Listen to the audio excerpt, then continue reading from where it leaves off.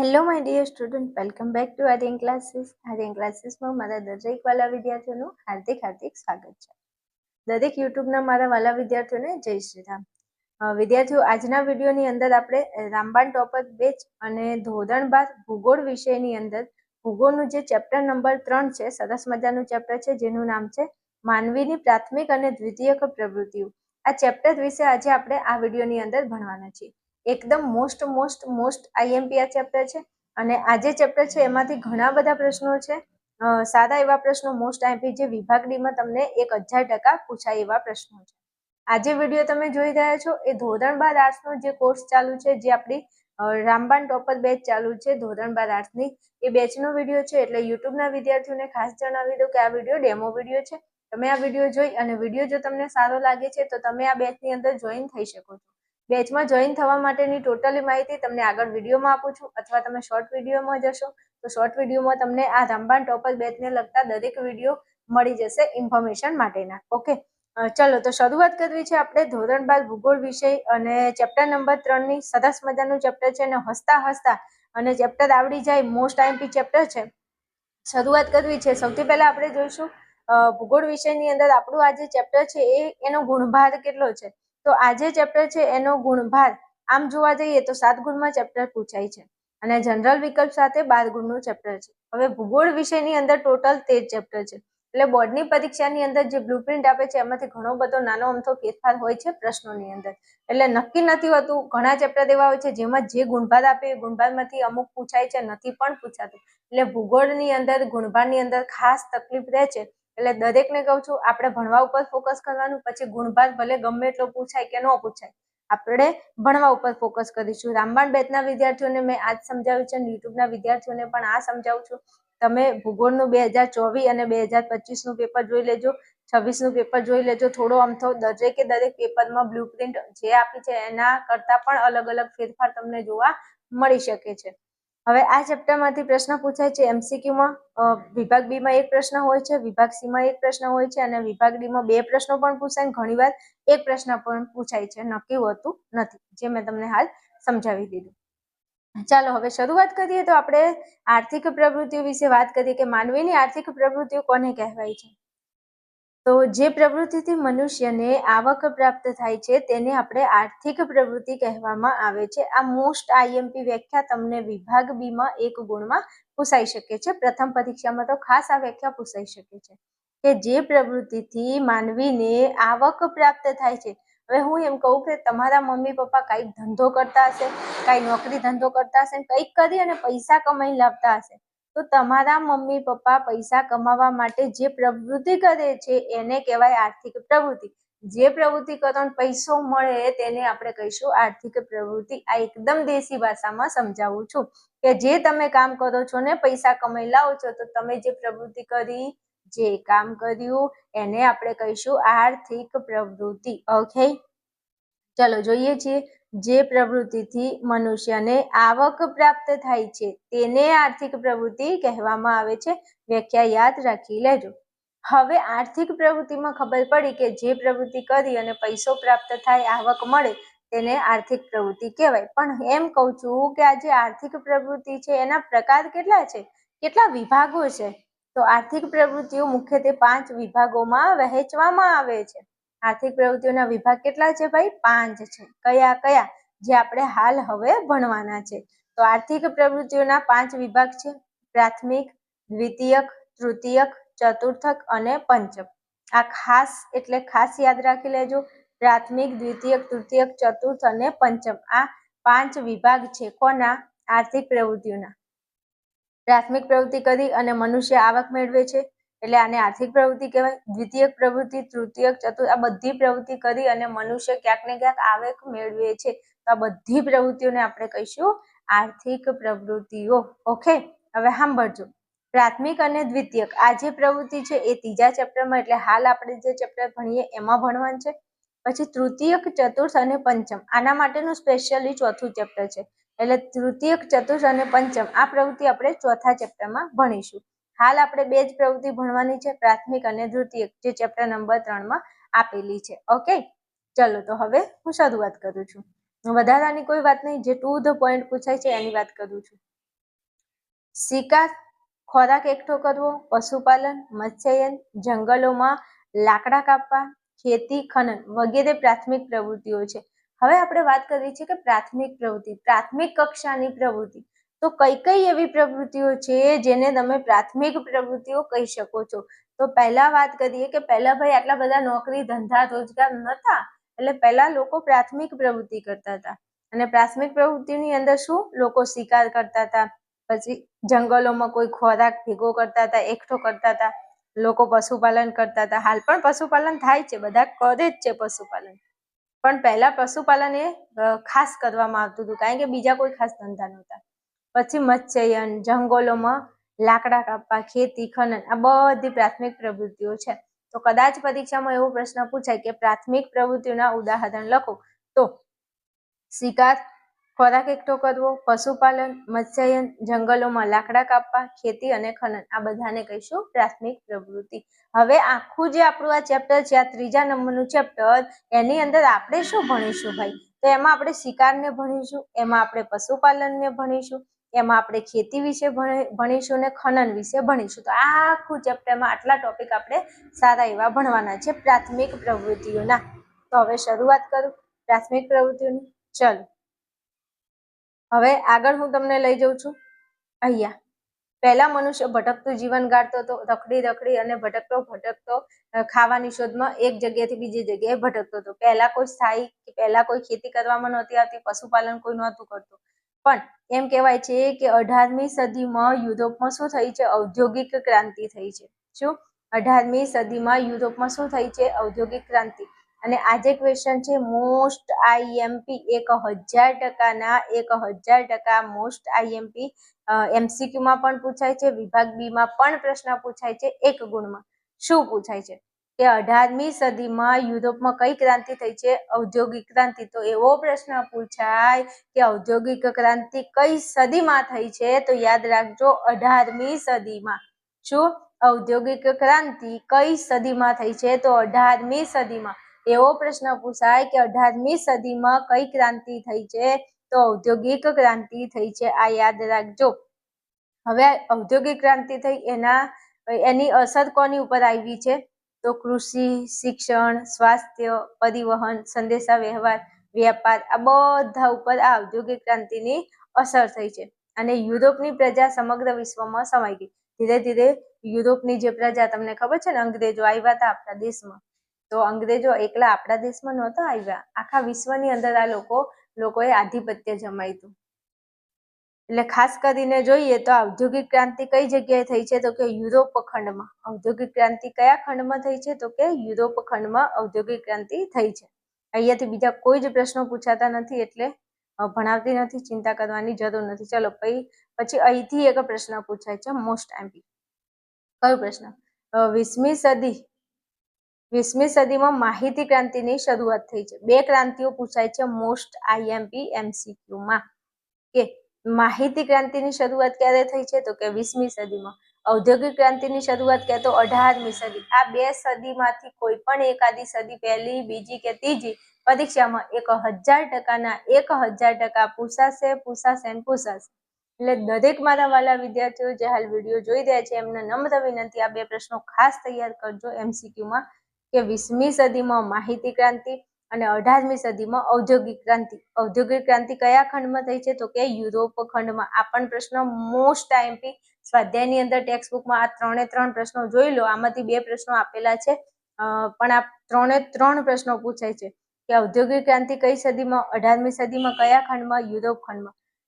20મી સદીમાં કઈ ક્રાંતિ? તો માહિતી ક્રાંતિ. આટલું ખાસ યાદ રાખી લેજો એટલે તમારે આ વાતની ખમાન મજા. ઓકે, ચાલો આગળ વધીએ છીએ. હવે આપણે જોઈએ છીએ કે માનવીની આર્થિક પ્રવૃત્તિના પ્રકાર. શું ભણવાનું છે? માનવીની આર્થિક પ્રવૃત્તિના પ્રકાર. તો આર્થિક પ્રવૃત્તિઓ ને આપણે કેટલા વિભાગમાં વહેંચી હતી? તો કે 5 વિભાગમાં. કઈ? પ્રાથમિક, દ્વિતીયક, તૃતીયક, ચતુર્થ અને પંચમ. એમાંથી આપણે અહીંયા પ્રાથમિક અને દ્વિતીયક અહીંયા ભણીશું. બાકીની 3 આપણે નેક્સ્ટ ચેપ્ટરમાં આવે છે એટલે ભણીશું. ચલો, પહેલા નંબરની પ્રવૃત્તિમાં કીધું છે પ્રાથમિક પ્રવૃત્તિ. તો પ્રાથમિક પ્રવૃત્તિમાં કોનો સમાવેશ થાય? તો આગળ આપણે જોઈ ગયા કે પ્રાથમિક પ્રવૃત્તિમાં શિકારની પ્રવૃત્તિ આવશે, વન્ય પેદાશો એકઠી કરવાની પ્રવૃત્તિ. મત્સ્યયન એટલે માછલાઓનો ઉછેર કરવાનો. નહીં બધા તમે દરિયા કિનારે જોતા હશો તો બધા માછીમારો હોય એ શું કરવા? મત્સ્યયન એટલે દરિયામાંથી માછલીઓને બહાર કાઢી અને વેચવાનો ધંધો, એને મત્સ્યયન કહેવાય. પછી પશુપાલન તો કેવું પડે, ઘરે જે ગાયો ભેંસો ઘેટા બકરા રાખો એને પશુપાલન. ખનન એટલે ખનીજો, પૃથ્વીના પેટાળમાંથી જે ખનીજો બહાર કાઢવામાં આવે છે એને ખનન કહેવાય. ખેતી એટલે કેવું પડે, સરસ મજાનું ખેતરમાં તમે જે પાક વાવો એને ખેતી કહેવાય. ખેતી આધારિત આનુષંગિક પ્રવૃત્તિઓ આ પાછળ આવે છે.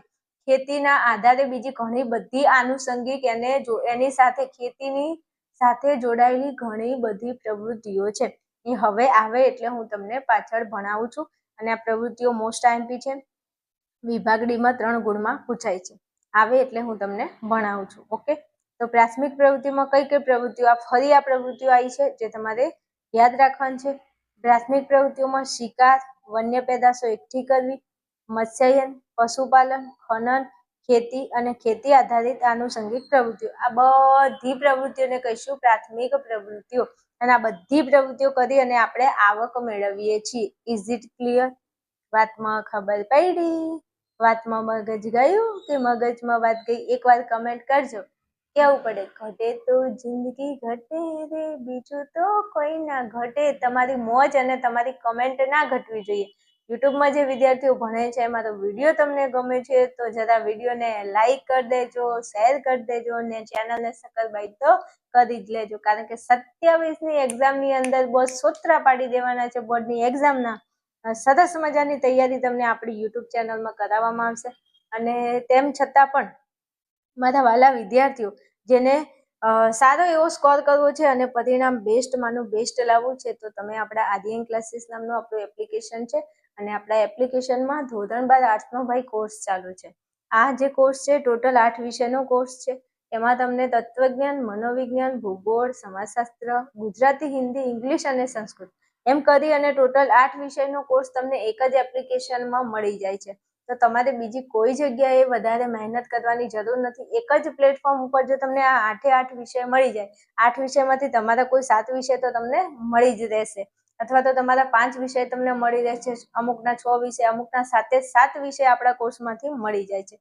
ગુજરાતના હજારો વિદ્યાર્થીઓ, ગુજરાતના ગામડાના છેવાડાના વિદ્યાર્થીઓ મારા કોર્સમાં, મારા એપ્લિકેશનમાં ભણે છે. તમે હજુ રહી ગયા છો તો તમે શું કરો છો? તમે હજુ જાગૃત નથી તમારા ભવિષ્ય પ્રત્યે. તો તમે તમારા ભવિષ્યની અંદર કંઈક સારું એવું પરિણામ લાવવા માંગો છો, જે 12 વર્ષની અંદર તમે કાંઈ નથી કર્યું અને આ 12મા ધોરણમાં તમે એક્સ તરીકે એક્ઝામ આપો છો કે તમે રેગ્યુલર એક્ઝામ આપો છો અને સારું એવું પરિણામ લાવવું છે તો આર્યન ક્લાસીસ કરતા બેસ્ટ ઓપ્શન તમને આખા યુટ્યુબમાં કોઈ જગ્યાએ નહીં મળે. આવું હું નથી કહેતી, મારા વિદ્યાર્થીઓ કહે છે. તમે આપણી કમ્યુનિટી પોસ્ટમાં જઈ અને વિદ્યાર્થીઓના બેનર્સ જોઈ શકો છો, જે વિદ્યાર્થીઓ મારી જોડે ભણીને ગયા છે અને સારો એવો એમને પરિણામ લાવ્યું છે. ઘણા વિદ્યાર્થીઓની કમેન્ટ, સારા એવા રિવ્યુ છે આપણી ચેનલને લગતા. તમે રિવ્યુ ચેક કરી શકો છો. મારા ડેમો વિડીયો અવેલેબલ છે. 8 વિષયના ડેમો વિડીયો અવેલેબલ છે. એકવાર 8 વિષયને ચેક કરો. એમાંથી તમારા જે વિષય હોય એના વિડીયો તમે ચેક કરો. ભણવાની તમને મજા આવે છે તો મારા કોર્સમાં જોઈન થાવ, ફોર્સફુલી નહીં. ભણવાની મજા આવે છે, ગમે છે કે નહીં, બેન ભણાવે એમાં ખબર પડે છે તો 1000% તમને મોસ્ટ વેલકમ કહું છું. તમારું રિઝલ્ટ, તમારું પરિણામ 100% એટલે 100% સારું એવું આપણા કોર્સની અંદરથી તમને તમારું પરિણામ મળી જવાનું છે.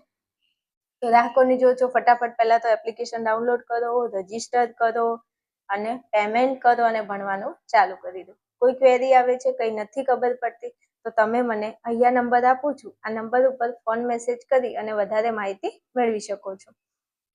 આ વિડીયોના નીચે ડિસ્ક્રિપ્શનની અંદર તમને આપણી વોટ્સએપ ચેનલ, ટેલિગ્રામ ચેનલ અને આપણા આર્યન ક્લાસીસ એપ્લિકેશનની લિંક આપેલી છે. ત્યાં જઈ અને તમે વોટ્સએપ ચેનલ, ટેલિગ્રામ ચેનલને ફટાફટ જોઈન કરી દેજો અને આર્યન ક્લાસીસ એપ્લિકેશનની લિંક આપેલી છે ત્યાં જઈ અને તમે એપ્લિકેશનને ડાઉનલોડ પણ કરી શકો છો.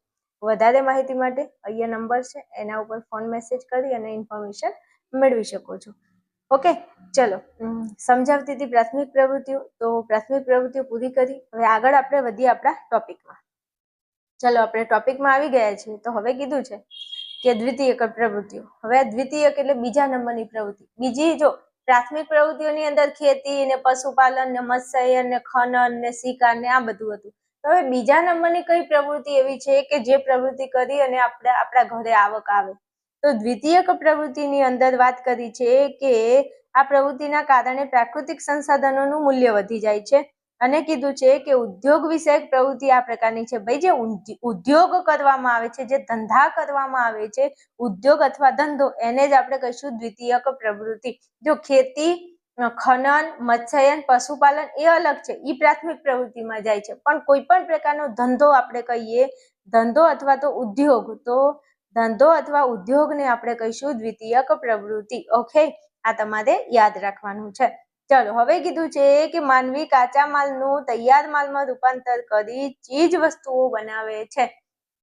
જેમ કે કાચા લોખંડમાંથી પોલાદ બનાવવું અને રૂમાંથી સુતરાઉ કાપડ બનાવવું. આ વિભાગ બી માં એક ગુણમાં મોસ્ટ IMP પ્રશ્ન અહીંથી પૂછાય છે.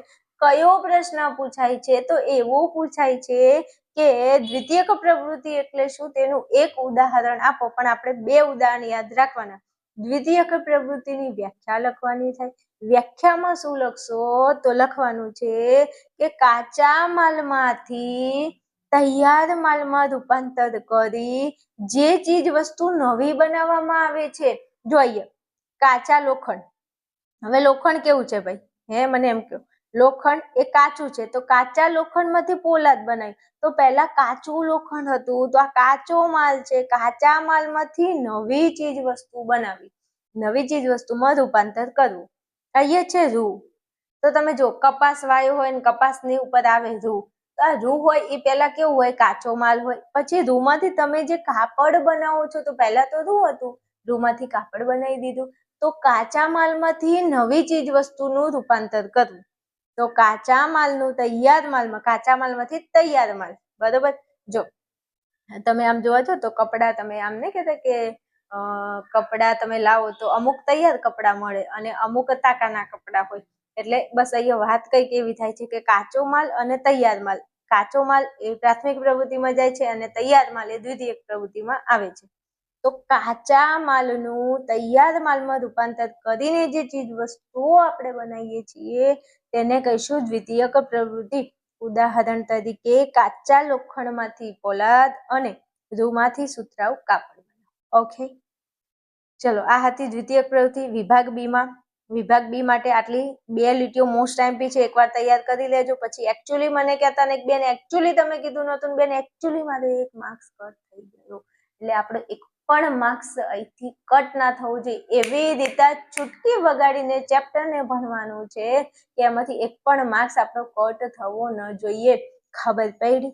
ચાલો આગળ વધવું છે. હવે દ્વિતીયક પ્રવૃત્તિ પૂરી થઈ ગઈ છે. હવે તૃતીયક પ્રવૃત્તિ વિશે વાત કરીએ. તો તૃતીયક પ્રવૃત્તિ કોને કહેવાય?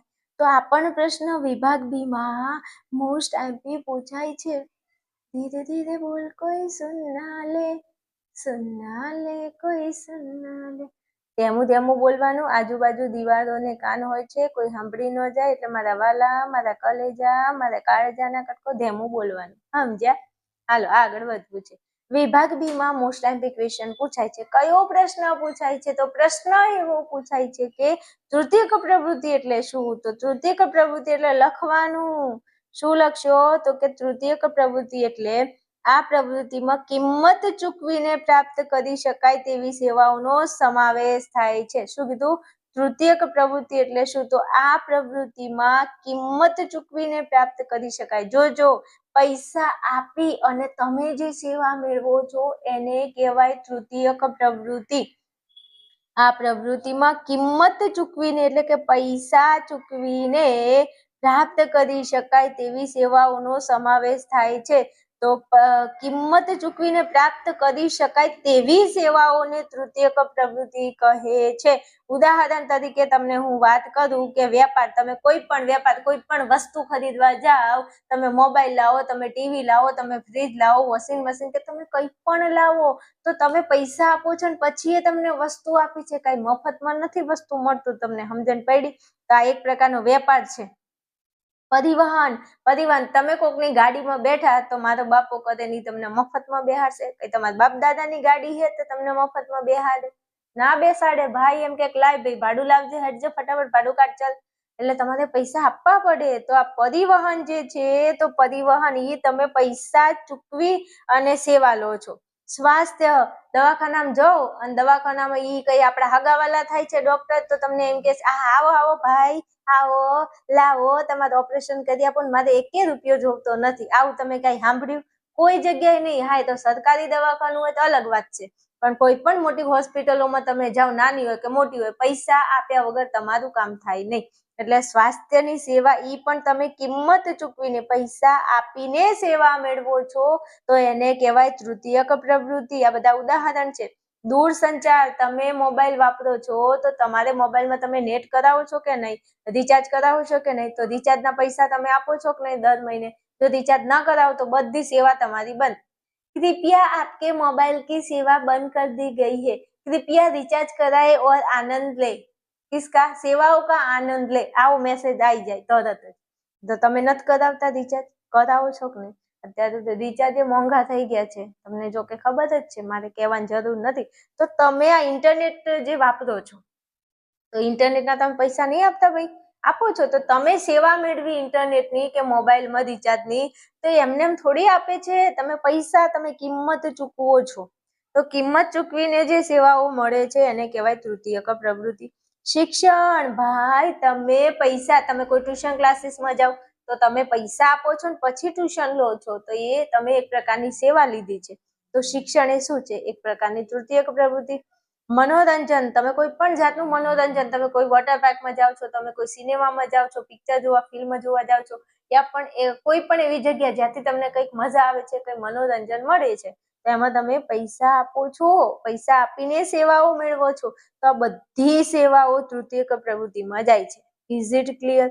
આશા ઉમ્મીદ રાખું છું કે હું તમને ભણાવું એમાં તમને ખબર પડતી હશે. ઓકે, ચાલો પછી કીધું છે કે વીજળીના કારીગર. હવે જો વીજળીના જે કારીગર છે જેને આપણે હેલ્પર કહીએ, તો આપણા ઘરે કોઈ ફોલ્ટ થઈ ગયો હોય, કોઈ બી મશીન ખરાબ, તો વીજળી ના આવતી હોય, લાઇટ ન આવતી હોય, તો આપણે શું કરીએ? તો કે હેલ્પરને ફોન કરો ભાઈ, તો હેલ્પર આવે, તમારા ઘરમાં કઈ આઘા પાછો પ્રોબ્લેમ હોય તો ઠીક કરીને આપે. તો મફતમાં તમને કામ કરીને આપશે? તો કે નહીં, હાય હાય લે પૈસા, લે પૈસા, તમારે પૈસા ન આપવા પડે? તો કે આપવા જ પડે, મફતમાં કોણ આપણને કામ કરીને આપે? તો બસ એવી જ વાત છે કે વીજળીના કારીગરને તમારે પૈસા ચૂકવવા પડે. તો કિંમત ચૂકવીને તમે એની સેવા લીધી, હે ને? એ તમને સેવા આપે છે, એના બદલામાં પૈસા લે છે. હું શિક્ષક છું તો હું તમને કોર્સ આપું છું, તો હું કોર્સ આપું છું, એના બદલામાં પૈસા લઉં છું, હું તમને સેવા આપું છું ભણાવવાની. પૈડી. ટેકનિશિયન, કોઈ પણ જાતનું કોઈ ટેકનિકલ કામ હોય તો ટેકનિશિયન તમારું કામ કરી નાખે, પણ તમારે એને પૈસા આપવા પડે. દુકાનદાર, કોઈ પણ દુકાને જાઓ તો તમે પૈસા આપો ત્યારે સામે તમને વસ્તુ મળે છે. વાહન ચાલક, કોઈ પણ ગાડીમાં સાધનમાં બેસો તો પૈસા આલો છો ત્યારે તમને બેસવા દે છે. ભાડું ના આલો કોઈ બેહવા દે? એ ઉતર ભાઈ, ચાલ નીકળતું હોયથી, જગ્યા ખાલી કર, એમ કહેશે. શિક્ષક, શિક્ષક શું કરે છે? પૈસા લે છે. ડોક્ટર પૈસા લે છે, વકીલ પૈસા લે છે. તો આ બધા કારીગરો જે છે એ તૃતીયક પ્રવૃત્તિઓમાં આ લોકોનો સમાવેશ થાય છે, જે પોતાના કામની કિંમત લઈને પોતાની સેવા પૂરી પાડે છે. ઓકે, તો તમારે યાદ શું રાખવાનું છે? આટલી વ્યાખ્યા તે કે આ પ્રવૃત્તિમાં કિંમત ચૂકવીને પ્રાપ્ત કરી શકાય તેવી સેવાઓનો સમાવેશ થાય છે, તો એને દ્વિતીયક પ્રવૃત્તિ કહે છે. ઉદાહરણ તરીકે પૂછાય કે કઈ કઈ સેવાઓ એ દ્વિતીયક પ્રવૃત્તિમાં આવે છે? તો વ્યાપાર, પરિવહન, સ્વાસ્થ્ય, દૂરસંચાર, શિક્ષણ, મનોરંજન વગેરે સેવાઓ એ તૃતીયક પ્રવૃત્તિમાં આવે છે. તૃતીયક, દ્વિતીયક નહીં, તૃતીયક. ઓકે, તો પ્રથમ પ્રાથમિક પ્રવૃત્તિ ભણાવી, દ્વિતીયક પ્રવૃત્તિ અને તૃતીયક પ્રવૃત્તિ. એમાંથી તૃતીયકની વ્યાખ્યા અને ઉદાહરણ, તૃતીયકની વ્યાખ્યા અને ઉદાહરણ પૂછાય છે. ઓકે, તૈયાર કરી લેજો. ચલો, હવે મારે આગળ વધવું છે. તો આ ચતુર્થક અને પંચમ પ્રવૃત્તિ હાલ ભણાવવાની નથી, એ નેક્સ્ટ વિડીયોમાં, એ નેક્સ્ટ ચેપ્ટર આપણું આવે છે એમાં તમને ભણાવીશ. ઓકે, ચલો આગળ વધીએ. તો હવે પ્રાથમિક પ્રવૃત્તિઓની અંદર હું તમને અહીંયા સમજાવું. તો આ પ્રાથમિક પ્રવૃત્તિઓ છે. પ્રાથમિક પ્રવૃત્તિઓની અંદર પહેલા તો શિકાર કરવો, વન્ય પેદાશો એકત્ર કરવી, પશુપાલન, ખેત પ્રવૃત્તિ, આ બધું હવે આપણે એક એક કરીને ભણવાનું છે. અને આ બધું જે છે એ વિભાગ ડી માં મોસ્ટ IMP પૂછાય છે. તો એક એક પ્રશ્નને હવે આપણે ભણવાનો થાય. તો હવે પહેલા જ નંબરનો પ્રશ્ન છે અહીંયા કે શિકાર અને સંગ્રાહક પ્રવૃત્તિ વિભાગ ડી માટે મોસ્ટ આઈમ્પી. હવે હું તમને આ જે પ્રશ્ન છે એ નેક્સ્ટ વિડીયોમાં સમજાવું છું. એટલે આ વિડીયો પૂરો કરીને નેક્સ્ટ વિડીયોમાં આવજો.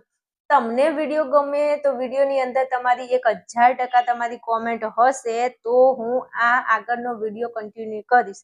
એટલે જેટલા વિદ્યાર્થીઓ વિડીયો જોયો છે તમને વિડીયો ગમ્યો હોય તો ખાસ કમેન્ટ કરજો કે બેન પાર્ટ 2 અપલોડ કરો, તો આપણે પાર્ટ 2 અપલોડ કરીશું. જો ભૂગોળમાં ભણવાની મજા આવતી હોય તો કહેજો. દરેકે દરેક ચેપ્ટરના તમને ડેમો વિડીયો હું પ્રોવાઈડ કરીશ. ઓકે, ચલો આ સાથે રજા લઉં છું. જય શ્રી રામ. મળીએ આપણે નેક્સ્ટ વિડીયોમાં.